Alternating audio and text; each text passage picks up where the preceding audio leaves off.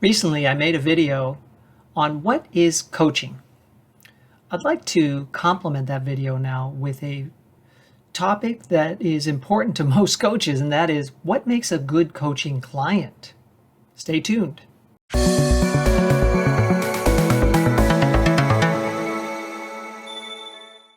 What makes a good coaching client? This is a question that I always present to attendees of my in-person coach seminar training and certification, or my online weekly executive coach training and certification webinars. And there are many answers that come back to that question.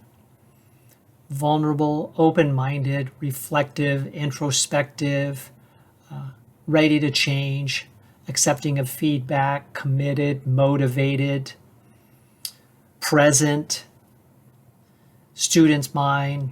These are all various answers to the question, and they're good ones. We would love to have clients that show up in these ways. These words describe someone who is often characterized as coachable. We executive coaches like to work with people who are coachable. We feel that we have a greater chance of success, leading them to more effectiveness as an executive. But what if they're not coachable? What if they don't express vulnerability, open-mindedness? They're not fully present. They don't seem engaged, motivated, committed. Then what? I've had some coaches in my training sessions say, I wouldn't want to work with that client. I don't want to work with someone who's not coachable. Well, I've also talked about the real world of coaching and the ideal world of coaching, right? In the ideal world of coaching, of course, we would only work with clients who are coachable. Why not? But in the real world, we are going to get clients who are not coachable. And you might be wondering, how so? I prefer sponsored clients. These are clients that are given to me by a company that is sponsoring their coaching program. It's often a part of executive development. Sometimes those leaders are not prepared for coaching when they're given the opportunity or basically told, hey, you're getting coaching. They may come to the sessions feeling, I'm too busy for this. I feel like my career is going great. I don't really have areas I need to work on. I don't think I have any problems that I need to talk with the coach about. This may make them uncoachable. And you might feel like you don't want to work with that person. But remember, it's sponsored coaching. And if you've stayed in touch with this channel, you know that sponsored coaching can often lead to consistent engagements, more rewarding engagements, and the opportunity to work with a lot of different people across multiple companies. I love sponsored coaching for many reasons. The one reason that it can be challenging, though, one of a few, is this opportunity to get a client who's not that engaged in the coaching process. And they may have never been coached, don't know what coaching is and how it could help them.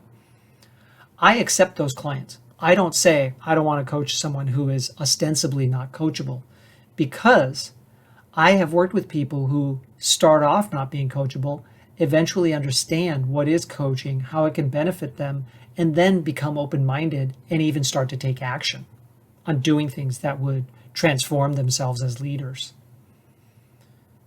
That's why I am happy to take on clients who are considered to be uncoachable, and my sponsors appreciate that, right? They want flexible coaches who are willing to take clients who aren't always raising their hand and saying, yes, I'd love to have coaching.